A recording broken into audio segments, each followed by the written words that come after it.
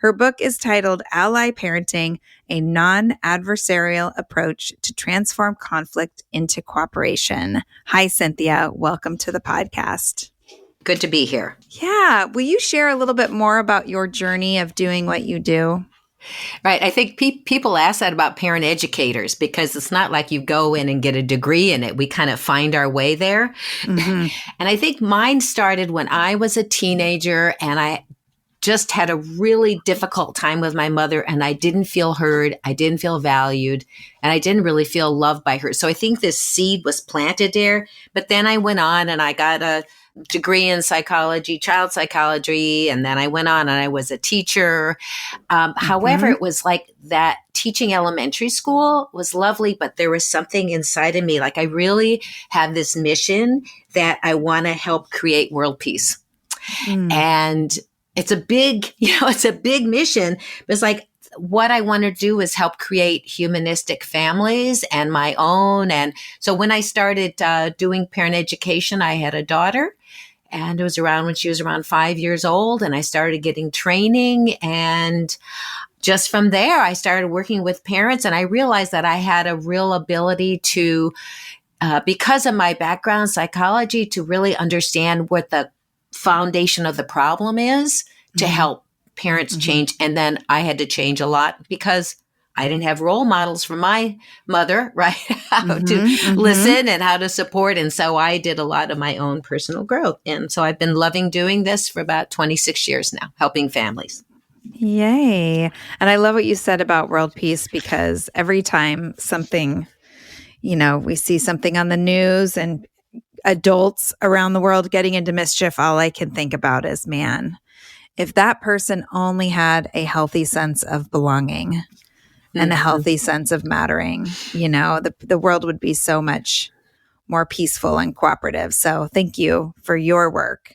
Today, we're going to talk about problem solving. I'm really excited about that. And so much of your book and what I know about your work is really aligned with positive discipline, which is what I talk about a lot here on the podcast.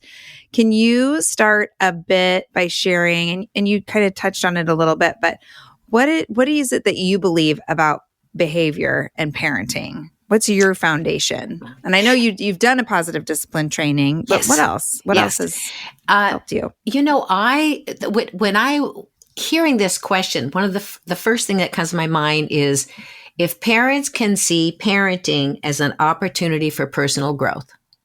Yes. Like taking it on that way, not like I'm going to have a child because I want to make a child a certain way, but it's like, I want to have a child so I can grow. So my daughter, who is now 31 and got married in the fall, I went through so much with her.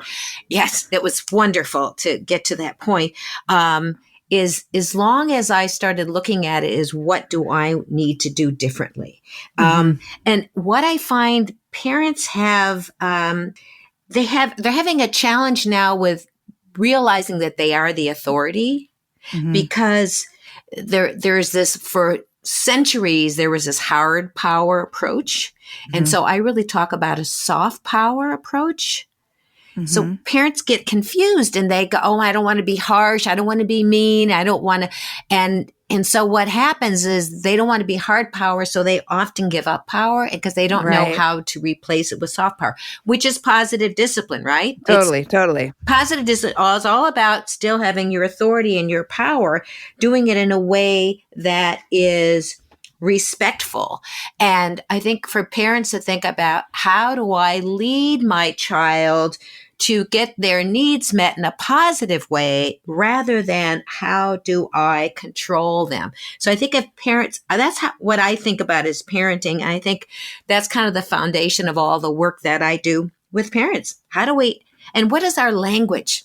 Really looking at our language. Like when I talk to parents about what their words are and what does their child feel. So if you're saying you should have known better, or why did you do that? And I tell parents, stop. What is the impact of your words on your child? And they go, oh, that doesn't feel good. But they're so wrapped up into kind of this harshness, which is the hard power. And so I really like to help parents with the positive discipline, do the more of a soft power, but don't give up your power, because they give up their power and then their kids don't do what they want. And then they get all angry and then they go back to hard power. Right. Well, and I think it's so interesting too. I mean, I feel like it's really easy for us to sit in, we either have to be, and I think this is what you mean by hard power, right? Really firm, but there's no connection, or we choose connection and there's no firmness. Right. Versus staying connected while holding boundaries. I think that's really the aim. And like you mentioned, not having a role model. I think there's, it's a pretty radical approach. And not many of us were raised with models for what it looks like to be firm and connected at the same time. And so it can feel really wobbly. And I think there's a place there too where, we get to trust that we don't have to be this harsh authoritarian for our kids to grow and develop and learn tools and skills for being cooperative, contributing humans. Yeah, because it's with that foundation of the connection, like when times when they're having trouble, you build the foundation then, right? So when you know how to listen and support when they're having a hard time, so then when you're setting a limit or expectation, then they're much more likely to respond positively to it because you have built a foundation elsewhere. And then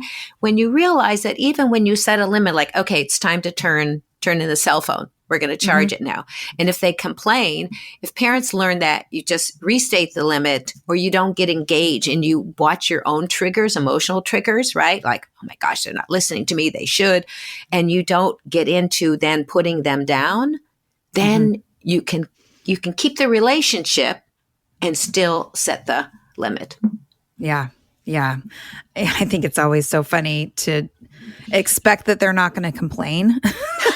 They will. Yes, they will. They will. It's okay. You don't need to be mad about them complaining. When I work with parents, it's important to me to also try and illustrate, and I'm hearing you talk into this, that it's a scaffolding, meaning it's not just one thing to do or say to get the outcome that you want with your child. And I think often parents will come and like, using that example that you just used, how do I get my kid off the cell phone? Like there's one thing to do or say, but what I'm hearing you speak into is building that relationship, right? Setting those limits, being reasonable, right? Being respectful. What are some other ways that and I talk to parents, because we can spend all day talking about the problems or the challenges, but parenting is also how we show up when things are going well. Right. And what we're creating and developing and nurturing when things are going well. And I like to think of it as like the foundation of a home, right? If you don't spend time setting that foundation up right, the house is going to feel wobbly. So what are some of the things that you share with parents that could be considered as scaffolding? It was interesting. I was speaking at a school last week, middle school, and one of the questions I had was like, how many of you want to be a parent that when your kid, even they get older or even when they're out of the house, when things are really hard, that they know they can call you because you'll listen? And they all raise their hand. Of course. Yeah. Right. Wow. And then I always ask, how many of you had that from your parent? And hardly any. So like you were saying, like they don't have the modeling. So I let them know it's something we all have to learn. I had to learn this skill as well. And one of the things that I always say, it starts with changing yourself first. So looking at I loved your question, the thing about parents saying, how do I get my child to, right? So when we start that with that kind of a question, the focus is, how do I change my child? Right. Right. So I shifted to, what do I feel, think, or do differently to get a different response? Oh, I love that. Say that again. Okay. What do I feel, think, or do differently to get a different response? That's a great question. So I think of it about a parent-child equation. So on one side of the equation is what the parent thinks, feels, and does. On the other side of the equation is what the child thinks, feels, and does. And there's an influence. You don't directly control. And so think if you have any kind of equation, if you change one side of the equation, so if the parent changes what they're thinking, which is where change has to start, they change what they're thinking, then they're going to change how they feel. Their actions will change. It will definitely get a different response from the child. And that's the most direct way to make change. Don't we all know that, right? We read psychology, change yourself first. Yeah. So that's the first thing. The second thing is to ask yourself who owns the problem. Oh, that's such a big question. I love that question. Right.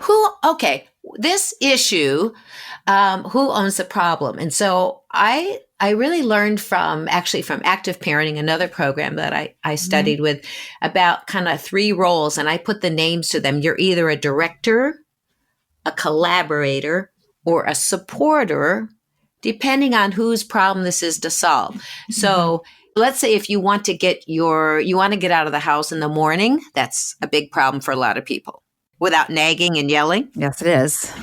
So ultimately you think about, okay, what's the goal of getting out of the house, right? Maybe the parent needs to get to work. Most kids want to go to school. They just have a hard time getting out of the house, right? They eventually want to be there. So you think, okay, I want us to leave and the child wants us to leave. So that means that it's a joint problem to figure out how to get out of the house in the morning. So we'll talk about that later too, about the collaborator. Yeah. And so that's the second thing. What is your role? And then the third is really building emotional connection first, because here it is, folks. You can't control your children. Right. Oh my gosh. My listeners have heard me say that so much. You can only influence. Yes. Right? Yeah, absolutely. 100%. Totally. And, it's just so fascinating when we start to notice all the ways that we are creating the issues that we're having. So the language you use in your book is adversary. And so I'm curious, in the experience that you've had with working with parents, what are some of the ways that parents show up as adversaries in their relationship with their kids? Okay. Unknowingly, granted, we don't always know that we're doing this, but, knowledge is power. They never know. Right. So it starts always with what our belief is, right? Because again, there's a think, feel, do cycle, and how we think then leads to our feelings and our actions. And so their attitude is that the child is the problem, that they are to blame. So once you think that way, then you think, if only my child was or would do, then there wouldn't be this problem. Right. So, or even like, you are doing something to me. The victim. Right. I think that's a place where we get into victim mindset too. Exactly. So then you feel powerless, right? As a parent. Because then it's like the child's the problem and they're causing you to suffer. You're the victim, and then you feel powerless. So what happens then when that feeling inside, because man, we all have these certain beliefs about how we should be treated as a parent. Sure. I would never have done that, right? I would never have done that to my parents. Oh, yeah. So it's the adversarial belief is like, I'm right, you're wrong.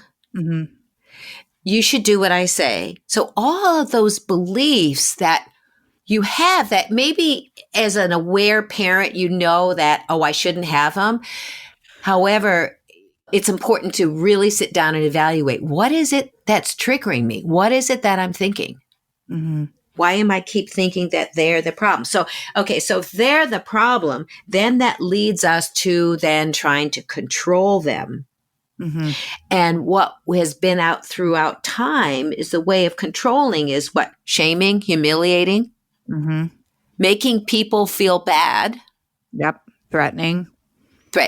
If you don't, you should have. How many times do I have to tell you? Why are you so? Right? Yep. So all of that language is extremely adversarial because it's simply hurting the child.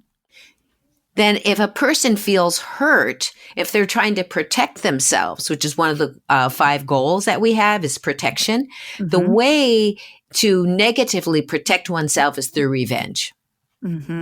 So then they get back at parents. And then this vicious cycle happens. So it starts out with thinking, how am I perceiving this? So again, like I said earlier, if we can see it as this is our problem, like you were saying earlier about I am part of the problem. And then it actually gives parents power because you're part of the problem. You're also part of the solution. Yeah. Right. I love that too, because it means that, I mean, it's like a relief when I really think about it. It's like you recognize I can't control this person in front of me without like engaging in behavior that I'm just not willing to engage in. And so, yeah. And so I get to do something different. Like I can control me. I can, and sometimes it takes practice, right? I get so lit up about that powerful first step in making change, just simply being in awareness of what we're doing and becoming aware that we're part of the problem. And I talk a lot about this on the podcast. So for the sake of this conversation, let's just assume that the listeners have done the work of becoming aware and they're working on just like shifting up the internal experience. And it's so funny, in the positive discipline community, there's ongoing conversation of think, feel, do, or feel, think, do. I come from the camp of that. And I really like to go even deeper than just naming feelings, but really like internal experiences and physical sensations. Like for me, that's the most basic place to start is, wow, my body is really tense. And if I can release the tension in my body, then that's my first step towards, okay, I can change the experience I'm having in my body. Then I can work on my thinking. Otherwise, I'm just having like a spin out around my thinking. Does that make sense? Great. Yeah. That's great to be aware of that. Yeah. So again, for the sake of this conversation, assuming that listeners are doing that work and they've begun to create that scaffolding, they get the not wanting to show up adversarially and they're working on that connection and respected relationship, which none of this means, by the way, everyone, and you've heard me say this, none of this means that there's no conflicts, right? And it's messy. Like even when we are showing up really, really well, we're doing our work, we're leaning into the personal growth and development. This is a messy, messy journey. So Cynthia, I'm really excited to dig into the process with you of when those conflicts and challenges show up, when things feel hot, right? And it's time to figure it out. In your book, you talk about being a collaborator. So tease that apart a little bit more for the listeners. What does being a collaborator mean? Okay. And I think what's important, since you have these self-reflecting parents listening, is so if you have an issue and a problem, you don't like how it went, so take the time to sit down later on and evaluate it. Like, what was happening? Yes. What was my part? Because that's really the only way you're going to make changes. Right. So that's the pre-step, right? Is to recognize, okay, I'm gonna eyes wide open. Right. So if we're talking about, like I mentioned earlier, there's 3 roles that you play as a parent, and you play them at different times depending on who has ownership of the problem. So you're a director, a collaborator, or a supporter. So if you want your child to do something that they have absolutely no interest in doing whatsoever, then you have to give director role strategy. So for example, my daughter was not keen on cleaning the bathroom as a teenager. I don't understand why. But so surprising. Right, she didn't. And so I would use the director role strategy of after then, or work before play. And I have it in my book, and she approved the message in the book, and it worked every time. Okay. But let's say it's a collaborator. So we would first collaborate. So I mentioned earlier that issue about getting out of the house in the morning. Okay. Right. So let's say you've been a parent and you've been acting like a director. So in other words, you've been barking at people and telling them what to do. That's a director mentality. That's not a let's collaborate. So what you want to first do is you realize, okay, I've been telling him what to do. Maybe it's about chores. That's a collaborative problem to solve at first. Okay, whatever it is, you have to think, whom does it directly impact? So if chores aren't done, if laundry isn't done, the dishes aren't done, cooking isn't done, it will impact your children. Right. Even though they aren't excited about it. Okay. So that's and another I like the getting out the door in the morning because that's alive and actually really current for me. Even with a 14-year-old who's in 8th grade, we had the beginnings of this conversation just this morning. Okay. So number one, you don't want to have the conversation in the midst of the problem. So that's going to be your first step. So what you'll say to whoever's involved in the problem is, you know what? We're having a problem with getting out of the house in the morning, and I'm acting like it's just my problem.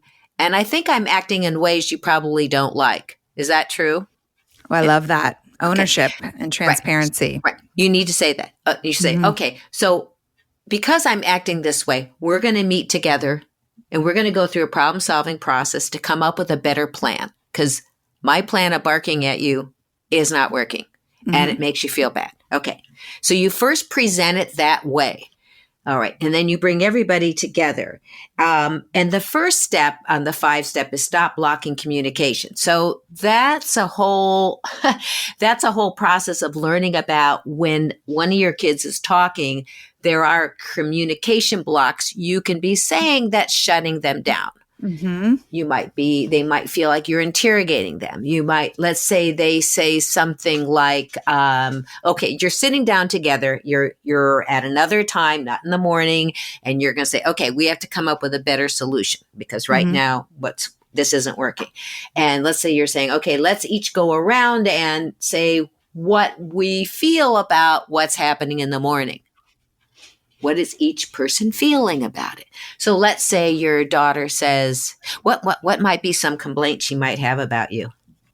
Can I ask? My use of the words always and never. Okay. All right. That's one. Right. Okay. So I will just start with that. I don't need to put you on the spot anymore. All right. No, you can. I'm an open book, Cynthia. It's all good. So let's say your daughter says, Mom, I hate it when you always say always, or you always say never. And this would be a communication block in response. Well, if you would follow and get along and do things in the morning, then I wouldn't say that. Okay. So in other words, that's shutting her down from talking. Yep. And she would then think, well, I'm not going to say anything because you don't listen. So I have a whole list of 10 different communication blocks in my book of ways that we shut down a person when they're trying to express themselves. Yeah. Parents Parents can get very defensive. Oh, man. Yes, we can. Right? Yeah. Yes, we can. Absolutely. So the second step is to listen openly to feelings. So this is tricky. And again, would be like, just even if your daughter says that, or she says something else and you're like feeling inside like, well, if you just, or, that kind of stuff. So if we can learn to listen and acknowledge, even if we don't agree, or just say, okay, okay. And you can even write down notes while each person is making a complaint or what they feel about the morning. If you can imagine having a binder and you're actually writing them down, because when you write down what somebody says, what does it say about what they're saying? That it's important to you. Yes. We make so many assumptions about what our kids think, what our kids want. And it's so, I know that when I've recognized it, or when I've had that experience being on the other end of it, it's really insulting. And I feel like when we listen to feelings, when we really listen, and what I say to clients is, the reason that you're listening is you want to gain some information. You want to understand better what their experience is, because sometimes we think we have one problem, but that's not even really the problem. And we don't get to the core of it until we actually hear from our children, our teenagers, specifically around what the problem and barriers are for them. Then we can have a conversation about a problem that by solving it is actually going to be forwarding. Exactly. Yeah. Yeah. So I love this. And it's like, when I was teaching the other day, I was saying, you have your viewpoint and your child has their viewpoint. There isn't one viewpoint. Yeah. There's this one parent, when they wrote down what they liked about the class, it was like, oh my gosh, I never thought about that. Mm-hmm. Like yours isn't the right, yours is just one. Right. And so if you're having a hard time hearing, which can be hard because they're complaining about you at first, that they'll just do that at first. And if you're writing it down, it'll help you not take it personally. Yeah. Right. Yeah. Okay. All right. This is just, and then everybody goes around and you're talking about what the problems are. And what you'll notice is when they feel heard and not blamed or judged. See, as soon as they feel like, well, if you had done this, then they're going to shut down and you can't do any problem solving. Right. So, okay. So it sounds like, you don't like me yelling. And then you might be able to say something like, I get frustrated when, what do you think you'd say? Well, I get frustrated when it feels like it's the same, like we're on a replay. Just that it's the same challenge regularly, where I feel like in the mornings, the issue is I feel like I'm having to be in the role of hustling people along. And I don't want that job. There you go. So, I don't want to be your director. Yeah, I don't want to be your director. I don't want to do that. So, and then you could say, that's why this is so important for us to come up with a solution together that will work for, at least we can try one that'll work much better than it is now. Yeah. So make sure the kids go first. Yeah. Yep. They need to feel heard first before they're going to hear you. And so, you can have rules about, you might have a talking stick. Only the person with the talking stick can talk. You might have a rule about setting a timer. Each person gets a minute. You kind of need to decide what works best for the family. Mm-hmm. You set a guideline of, okay, when a person's speaking, then it's important that the other person doesn't interrupt them. Yes. When we're sharing feelings. And so, set up a few guidelines ahead of time. We want this to be respectful. We want everybody to feel like they're contributing, they're important, and that everyone together is collaborating, coming up with a solution. And it feels good to be heard. Yeah, it does. So the thing that you'll find, and you have teenagers, so they, their brain's developing. Not fully developed, another 10 years, but at least it's getting there. It's a slow trudge towards 25. However, when they feel like they're heard and you've expressed some things, and then you can say, okay, let's come up with some different possibilities of solutions. Mm-hmm. So do not ask when you're doing problem solving. Do not ask, what do you think we should do? Because you're asking for the final solution before you've gone through any possibilities. Okay. So what about the question of what ideas do you have? There you go. Or let's say, let's all come up with different ideas. Okay. So that's even more than what do you teenagers or kids directly being asked. Mm-hmm. Sometimes that can shut them down. It can feel like a communication block of interrogation. People are very sensitive. So I always start with that. That's really interesting. I never thought about it that way because I always encourage parents to, mine ideas from the child first before putting their ideas down. It depends what kind of response you get. So I would say more like, let's come up with different ideas. Okay. Rather than asking them. Because some kids are like younger ones, like, I don't know. And then if they say, I don't know, you say, okay, well, I'll throw out an idea and then we'll take turns. Because often kids are saying, I don't know, because they feel like they're going to be judged and evaluated and they're going to be told, right, that isn't a good idea. Okay. So you're going through this, you're coming up, you're step 2, you're letting them express themselves. And step 3, you're discussing and evaluating ideas. So you're really writing down different solutions. Okay. And you say, all right, guys, as a collaborative problem, we all have to agree to try a solution. Or a couple different solutions. So let's say a teenager isn't getting up in the morning and the parents having to get up, help them get up. So you might be saying, I don't want to be your alarm clock anymore, right? So what are we going to, what's a couple ideas what to do about that?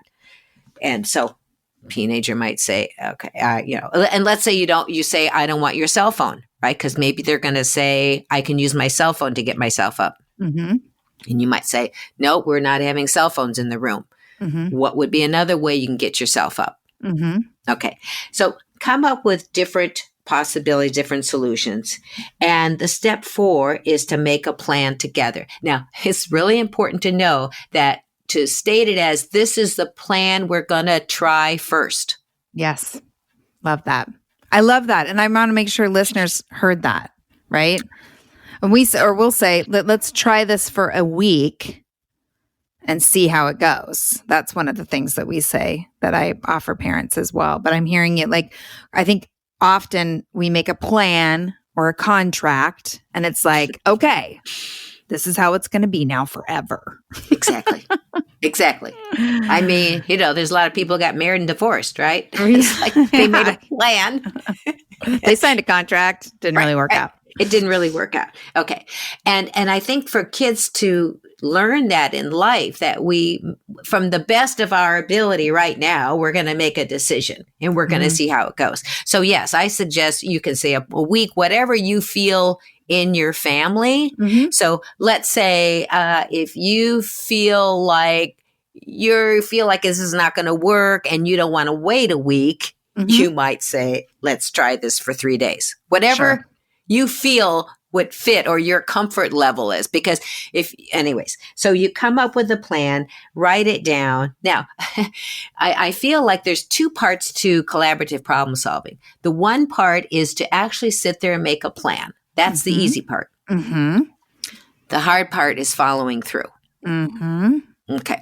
So, and I'm sure you do with parents. I mean, Positive Discipline does a lot. I love their whole thing about family meetings and stuff. It's wonderful. Yeah. So you make a plan to know that follow through won't necessarily be as easy. So please don't get mad with your kids if they have a hard time following through. Right. So whenever you make a plan, so you just said, a lot of times you say a week, which is fine. Let's say you say, let's get together in a week and set a time that you're going to meet. Yes. And you're going to get together. Okay, we're going to get together on next Friday at this time, and we're going to see how this is going, if we need to tweak it and make other changes. Now, what do you do during the week if it isn't working?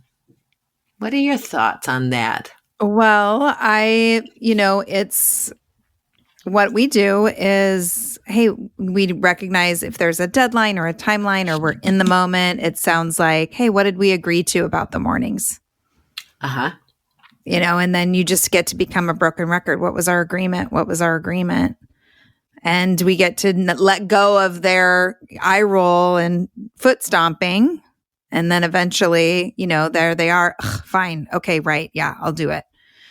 And so it's just kind of that broken record. And how we follow up is by just staying calm and confident and consistent. That's what I would say. And if there's an issue, you may want to say, you know what? I've fallen back into being the one to remind you again. We got to meet again tonight. Sure. Right. It sounds like this solution isn't working out. And I think sometimes, it's important to remember that sometimes our kids are agreeable to a solution because they're just done with the conversation. Yep.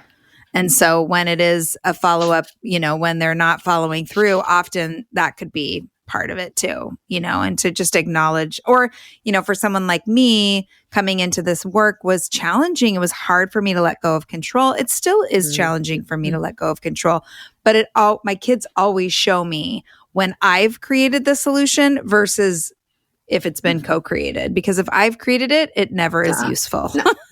No, because they'll also blame you. I tried this and it was your solution and you're thinking, wait a minute, you agreed to it.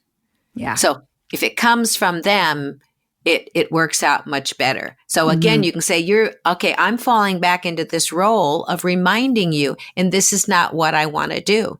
Right. No, you might have to. The after then is one of the things that sometimes works. One family I was working with, and they had 2 teenage boys, and they did this whole discussion. It was getting out of the house in the morning. And one of the issues was that they came up with, they didn't like mom yelling at them to put down the cell phone and get ready. Okay. So they made it. Familiar.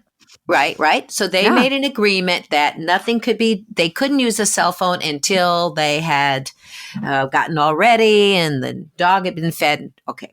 Now, the next morning, the boys wanted to see if they were going to really be held to task. Sure. So the mom used the after then, the work before play, which is looked at the son. This one son was on the cell phone. And they said, remember, after you get all ready, then you can be on the cell phone. So she didn't even go into the whole agreement. She made it shorter. And he looked at her and kind of smiled, and then he put the phone away. She was blown away. Yeah. And then she even had the other son was playing with the dog in the morning. And she said what's called an empathy phrase, which is like, you really love your dog and your dog really loves you. She didn't say but. She says, after you get ready, then you can play with the dog. So that's where you can also put some empathy in, and then you can see after that. So I think it's important for parents to understand that I might have to use a director role strategy. It's time to, or after then, or 2 of them. Collaborative problem solving. Yeah. And in positive discipline, we just call that connect before correct or redirect. Yeah. Where it's like, I acknowledge you, I see you, and here's the expectation. Positive discipline knows about not saying but after you're connecting, right? Yes.